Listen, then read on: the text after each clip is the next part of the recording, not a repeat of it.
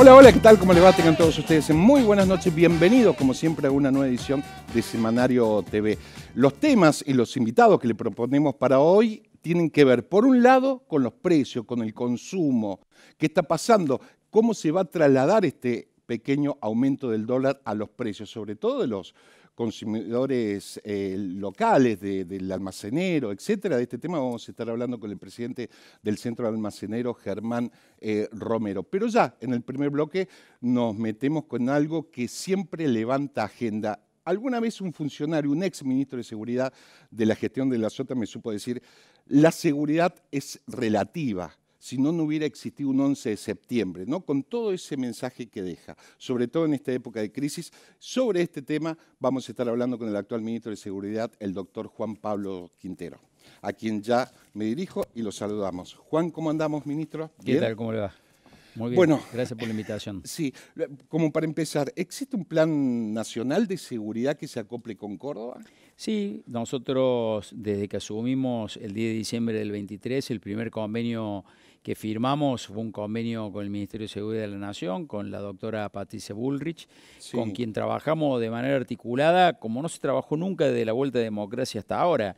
Esta es la misma provincia en la que en un momento, teniendo en una situación muy compleja de la seguridad, teniendo los gendarmes a 40, 50 kilómetros, nunca los pusieron en Córdoba, ¿no? Sí, no, me quedé con eso, con nunca de la historia, por lo menos democrática, de los últimos gobiernos. Ni hablar de Berni cuando fue el autoacuartelamiento policial. No, pero aparte nosotros, es muy común ver hoy en el paisaje de la provincia de Córdoba operativos interfuerzas, en donde la Policía de Córdoba, la Fuerza Policial Antinarcotráfico, Policía de Seguridad Portuaria, Policía Federal y Gendarmería, y también Prefectura, que es una fuerza que trajimos en esta gestión, que muchos se cuestionaban para qué venía, pero es absolutamente importante y trascendente su presencia hoy en Embalse.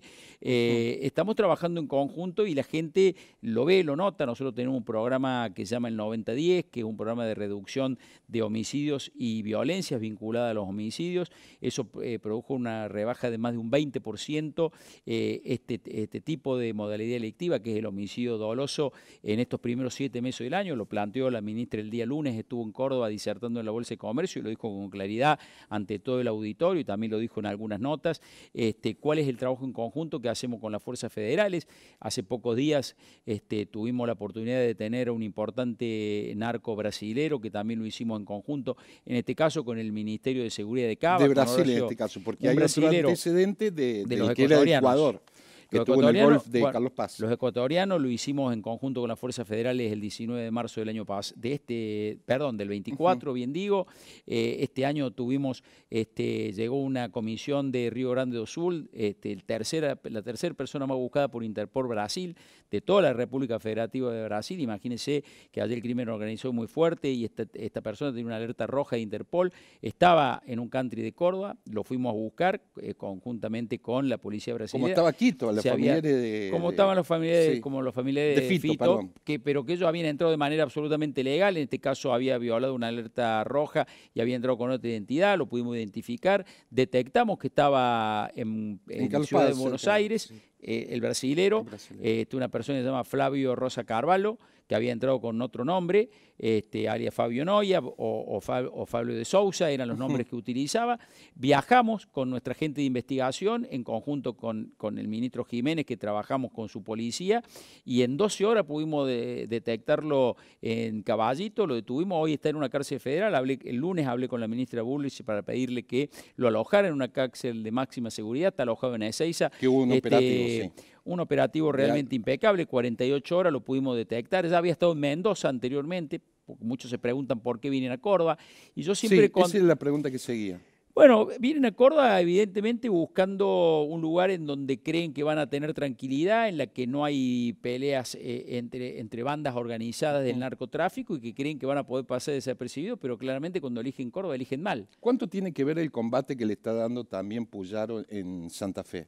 Digo, Mucho. tienden Con Maxi a venirse hemos para Córdoba. hablado, Maximiliano fue ministro de Seguridad Claro. de una Santa Fe muy comprometida, de un Rosario muy complicado. Hoy le toca ser gobernador, el plan Bandera actuó y actuó muy bien y la verdad que tuvieron una reducción impresionante de homicidios. Sin embargo, mientras nosotros teníamos 50 en lo que va del año, ellos ya tenían más de 120.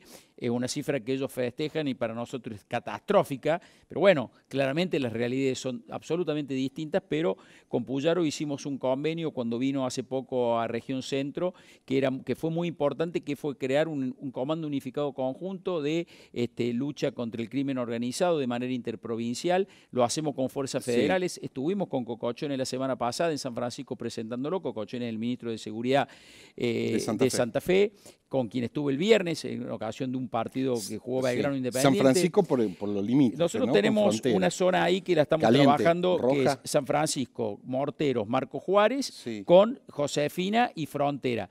Nosotros claramente advertimos la situación, cómo se desmadra la situación en Frontera, porque todos son atendidos, todo eso herido de bala, de enfrentamiento narco. Recordemos el caso de Samir Torres, un chico de 4 años que perdió la vida hace poquito tiempo. Lo atendemos en el hospital Iturraspe. Entonces, inmediatamente el ministro de Salud o el intendente Bernarte me llama y me dice que Iturraspe está empezando a tener estas situaciones, nosotros sabemos que tenemos que ir ahí. Y lo estamos haciendo de saturación. Lo hacemos habitualmente. Nosotros hacemos operativos conjuntos de saturación, interfuerza, lo hacemos de manera conjunta. Por eso yo le decía que es muy normal hoy ver en el paisaje los móviles verdes de gendarmería con los azules de PCA y de policía, o los negros de la Fuerza Policial Antinarcotráfico, o nuestros azules de la Policía de Córdoba, trabajando en conjunto. Antes era como que íbamos todos al mismo lugar, pero por distintos caminos. Y ahora la importancia es que se ha dado que todos estamos yendo unificados con mucha más potencia en el mismo camino. Eso que en la función lucha, de la relación que tenés con Patricia Burlich. Claro. Que es una relación netamente de gestión, eso yo lo quiero aclarar porque muchas veces me lo preguntan y yo lo dejo absolutamente claro. Nosotros con la ministra Bullrich, con su secretaria Alejandra Monteoliva, hablamos 100% de gestión. Nosotros gestionamos permanentemente en el territorio. Es una relación institucional de gestión de seguridad, y estamos trabajando con estadística, con números, y estamos trabajando realmente muy bien, como realmente yo creo que nunca se trabajó. Y es la única forma de atacar. El delito, el crimen organizado y el narcotráfico, que es algo en el que nosotros nos metimos con el gobernador de Ayora, que usted lo habrá escuchado decir, Córdoba será territorio hostil, y es territorio hostil para el narcotráfico. Las otras 24 jurisdicciones se lo dejan a la justicia federal y a las fuerzas federales. Y nosotros nos metimos, pero déjeme decirle esto. Y la verdad que nos está dando mucho resultado, y porque el crimen organizado y el narcotráfico no distingue frontera limítrofe, no distingue frontera de entre países, mucho menos lo distingue entre provincias. ¿Fue un mensaje mafioso? Digo, porque hacía mucho que no aparecía una cuestión así, no tengo memoria, seguramente habrá por ahí, pero digo, la joven, la niña, la mujer que aparece descuartizada en bolsa en circunvalación, ¿no se había visto no, eso? la verdad que ¿Eso ahora tiene que ver con la droga? A ver, sí, tiene que ver con la droga, claramente, pero no se había visto pero eso. Como mensaje mafioso, bueno, será el fiscal, ahí hay Horacio Vázquez, es un gran fiscal que investiga muy bien, seguramente va a poder determinar todo. En principio yo le diría que no, que fue una situación muy atípica y una situación realmente que horroriza, y fue espeluznante estuve en el lugar del hecho cuando encontramos el cuerpo, con lo cual se dará cuenta que es una situación que no es típica, pero que no lo relacionamos a priori con un mensaje mafioso de alguna banda narco. Tema menores, complicado hoy por hoy. Digo, lo más referencial en su momento fue el pistolero, que le llamaban, que entraba, salía, y ustedes no tienen armas, digo. Nosotros, para esa cuestión. Armas legales. Claro. Mire, nosotros ayer tuvimos un hecho en Costanera, a la altura de Marechal, rompen la ventanilla de un vehículo, lo vemos por los domos, se avisa al CAPS, intentan cruzar el río, se detiene, 15 y 17 años. La persona de 15 años había sido, me lo dicen los policías, estuve hablando esta mañana con ellos, lo habían detenido la semana pasada. Por un hecho similar, ya estaba en la calle cometiendo delitos. ¿Qué hacemos con eso? Entre los dos tenían entre 5 y 7 entradas en los últimos meses por distintos delitos. Todo robo, robo de la misma manera. No depende del Ministerio de Seguridad, por las leyes, etcétera. Yo le digo dos cosas. Primero que hay una ley penal juvenil que la tienen que aplicar los jueces. La ministra Montero ha tenido discusiones desde CENAF por este tema y ha fijado una posición que comparto y es muy clara y muy enérgica. Y en segundo lugar, los legisladores nacionales ha llegado el momento de que se pongan los pantalones largos, dejen de jugar a la política. En algún momento de bajo utilizó estofa. otra metáfora. No, pero yo creo que tienen que, a ver, hay una ley que ya salió de comisión, que es la ley baja de edad de imputabilidad, que podrá gustar o no gustar, que yo tengo absolutamente claro que genera mucha especulación en los dirigentes si están a favor o en contra y están buscando los momentos políticos, porque hace 30 años que estamos discutiendo esto y yo le pregunto, ¿por qué cree que no sale ley? Porque especulan, porque se sientan en la banca a especular, porque es más fácil venir con un micrófono acá a criticar que sentarse en su banca a laburar. Tienen que ir y trabajar. Sí. Debatir este tema y debatir una ley penal juvenil integral que es mucho más que bajar la edad de imputabilidad. Es una ley penal juvenil Bueno, pero integral. salvo de Encuentro Federal, el bloque oficialista, los otros legisladores no han prestado apoyo, digo. Bueno, hay legisladores que son representantes nacionales que hablan de seguridad como si fueran expertos y uno va a ver los proyectos que han presentado mientras han sido legisladores. Muchos llevan más de una década siendo legisladores nacionales y no han presentado un solo proyecto en el tema de seguridad. Pero bueno, son muy propensos a venir a la crítica, a hablar por los micrófonos, pero bastante vagos a la hora de trabajar. Me quiero meter un poco ahí. Una crítica encarnizada, algunos dicen, porque no alcanza con cambiar el ministro de la Seguridad, le responden desde el oficialismo. El Ministerio de Seguridad siempre apareció como un fusible o lo más fácil para criticar desde la oposición, porque la seguridad siempre es relativa, ¿no? ¿Cuál es tu opinión con respecto a esto? ¿A quién se refiere puntualmente? Sí, hay dos, por ejemplo. Me quiero referir y empezar por la legislatura provincial.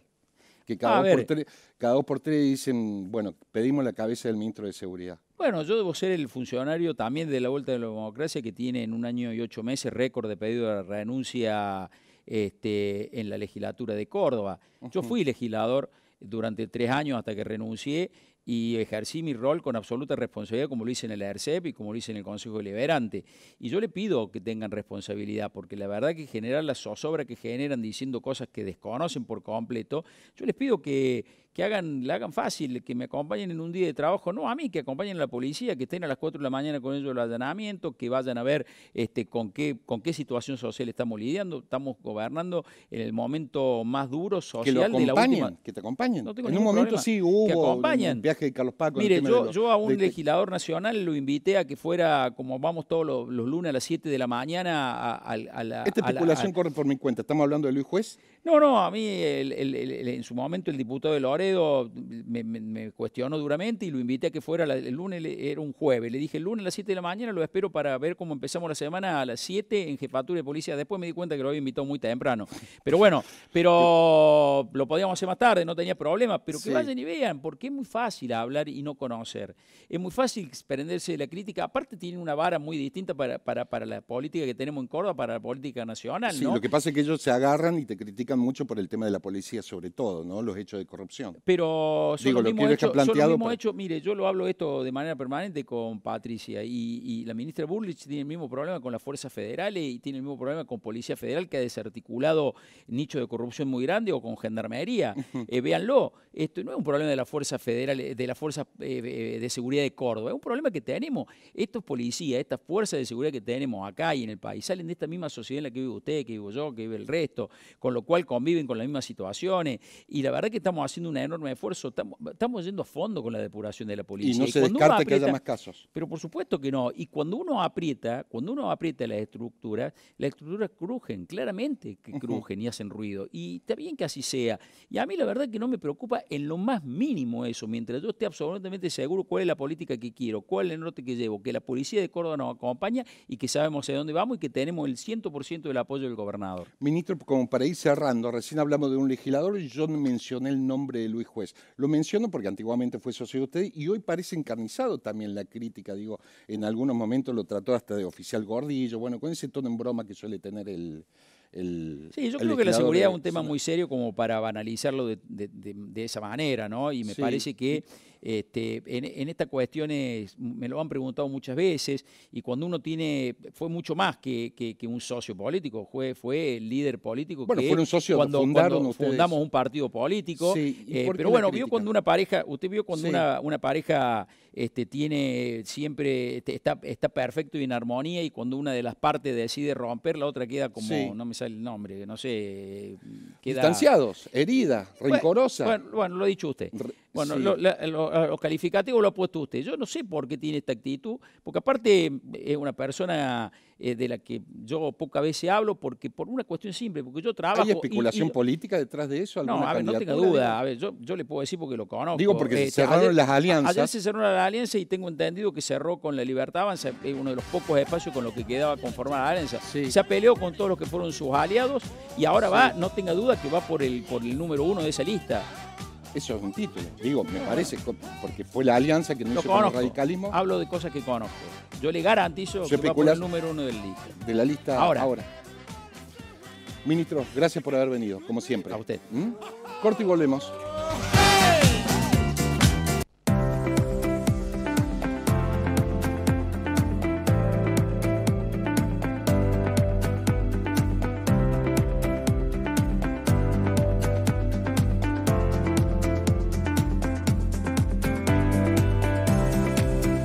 Avanza el plan de pavimentación de 800 cuadras en los barrios de la ciudad. Villa Allende Parque, Marta Juana González y Manantiales 1 ya cuentan con sus calles asfaltadas. Este plan, impulsado por la Municipalidad de Córdoba y el Gobierno provincial, trae soluciones a los problemas históricos de anegamientos y mejora la circulación en arterias clave de la ciudad. Obras que transforman, obras que mejoran la vida de los vecinos. Intendente Daniel Pacerini. Córdoba Capital. Ayúdanos a cuidar a tus hijos. Lotería de Córdoba pone a disposición a través de su web 3 apps de control parental para juegos online. Son aplicaciones para que los adultos puedan bloquear el acceso de los menores a plataformas de juego. Escanea este código QR para recibir más consejos de seguridad. Lotería de Córdoba.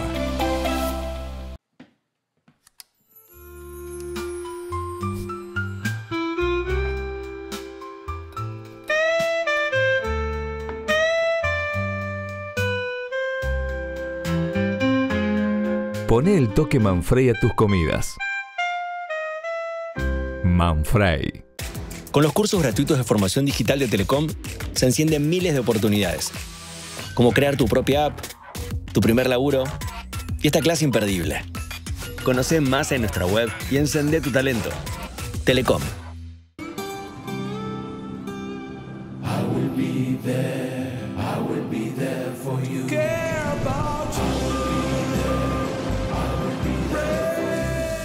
En Sancor Seguros estamos junto a vos en todo momento, acompañándote. Sancor Seguros, estamos.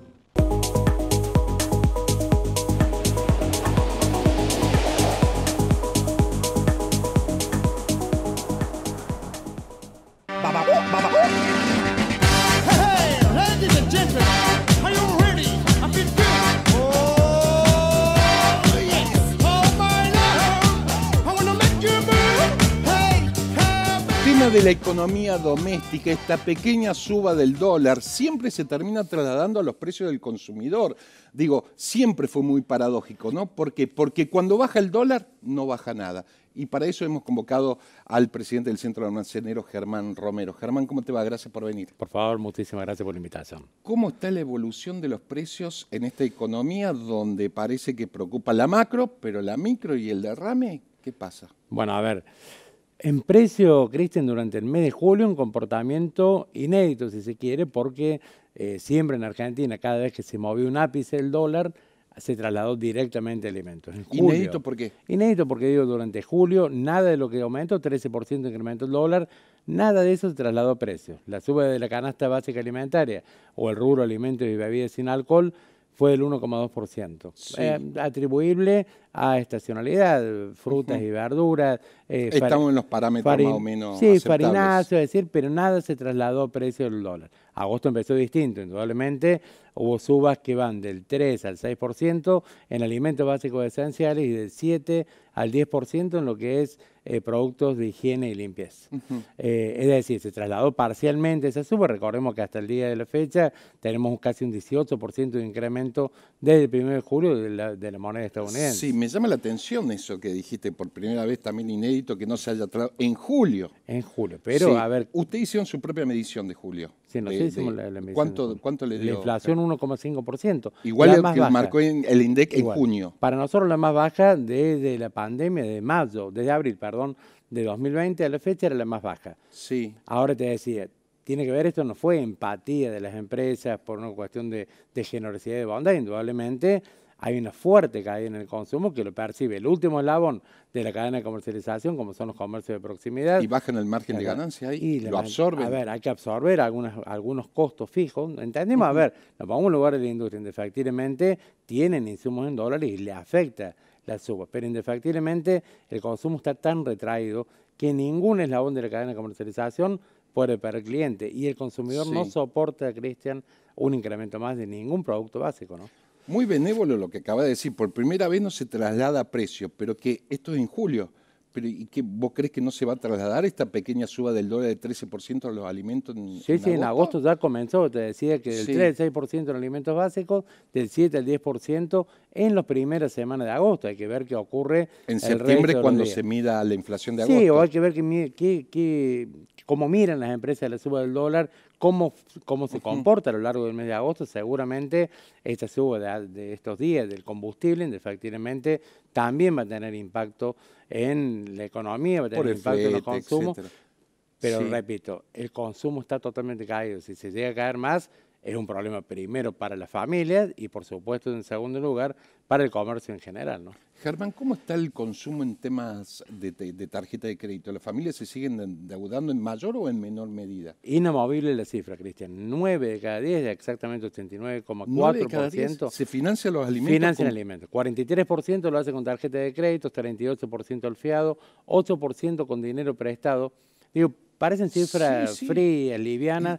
Pero mira, en tarjeta de crédito bajó un punto de julio respecto a junio y el fiado como contrapartida se incrementa un punto.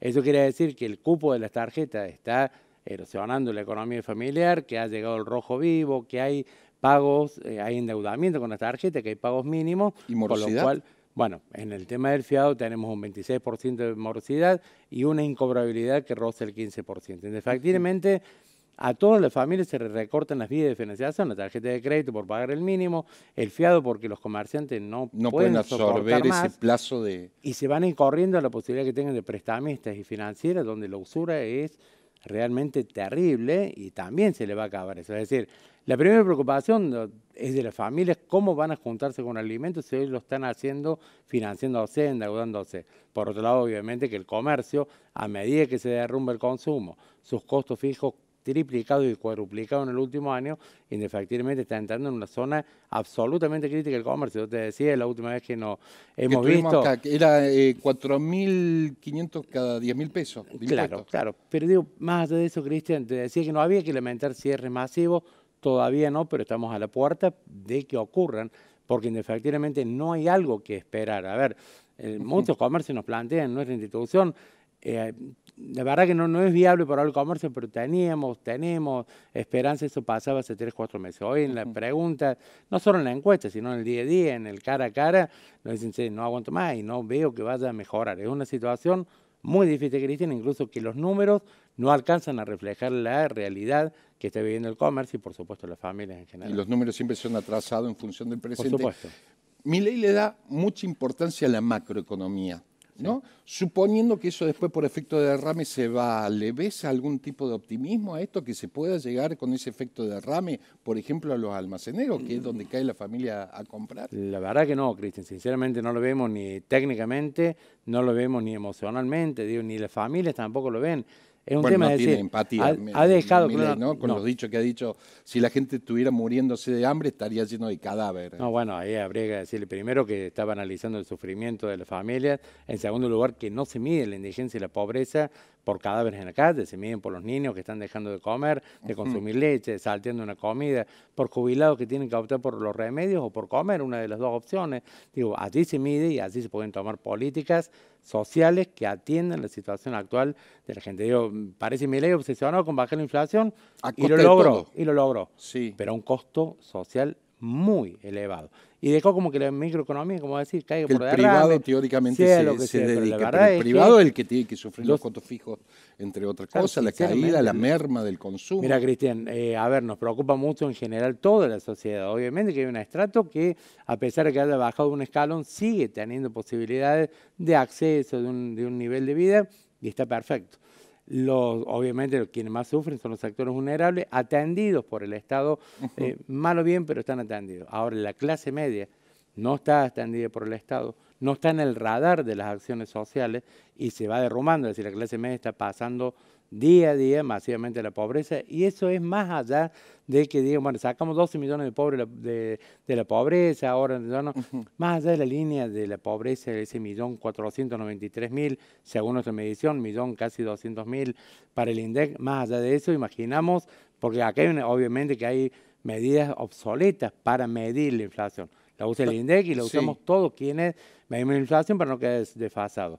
Obviamente hay rubros como servicios, alquileres, que están desactualizados. Hoy, yo te digo, la ponderación, por ejemplo, de lo que es el alquiler, más el pago del gas, más el pago de energía eléctrica, todos los servicios, incluida telefonía fija, aunque ya no cuenta, ese total hace un 16% del total de gasto que tiene una familia. Y no es real. Eso hay que agregarle después, tengo que comer. Claro, pero no es real un 16%. Sí. Hoy el alquiler más todos los servicios, indudablemente está sobre el 30%. Bueno, la Baña dijo que iba a cambiar los métodos de medición. Hay que cambiarlo, digo, pero por eso te decía, que una familia que tiene 1.200.000 pesos de ingreso, que tiene que destinar al pago de estos servicios, alquiler, si no lo desalojan o le cortan los servicios, el remanente que le queda lo pone bajo la línea de pobreza y a veces bajo la línea de indigencia. Por eso tenemos un 50% de la gente que no llega a cubrir la canasta básica alimentaria, el 58%. ¿Qué te dicen tus asociados, Germán? Porque dicen, bueno, en la época del kirchnerismo tendríamos, porque lo tenés que asociar con la política partidaria. Seguro, claro.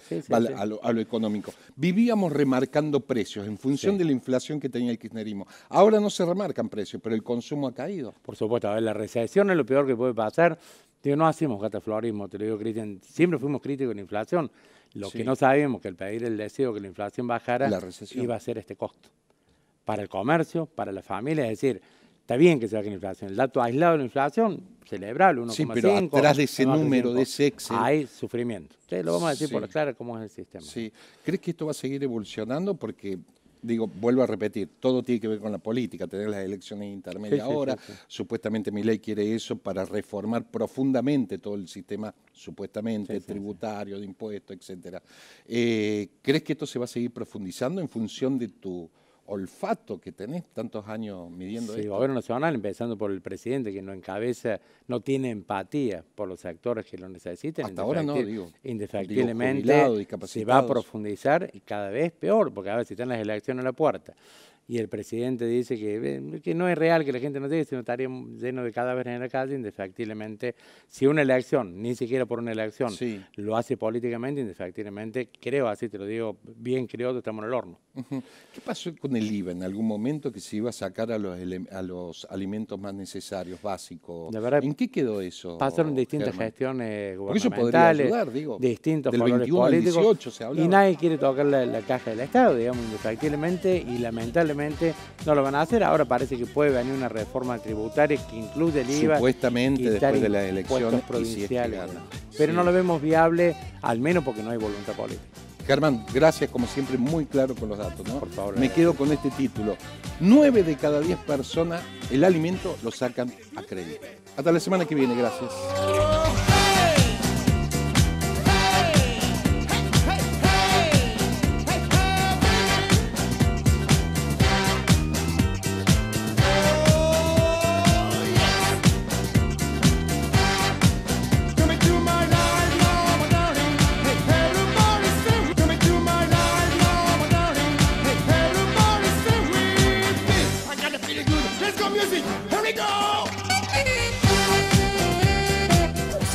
Producción de Televisión Mediterránea, SRL, Córdoba, Argentina.